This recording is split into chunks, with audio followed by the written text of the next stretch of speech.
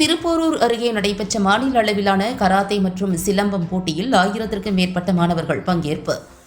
செங்கல்பட்டு மாவட்டம் திருப்போரூர் அடுத்த மேலக்கோட்டையூரில் அமைந்துள்ள தமிழ்நாடு விளையாட்டு மேம்பாட்டு பல்கலைக்கழக உள் விளையாட்டு அரங்கில் ஜப்பான் கேயூரியூ கராத்தே மற்றும் தமிழ்நாடு ஸ்கை மார்டில் ஸ்போர்ட்ஸ் அகாடமி இணைந்து நடத்திய மாநில அளவிலான கராத்தே மற்றும் சிலம்பம் போட்டி நடைபெற்றது.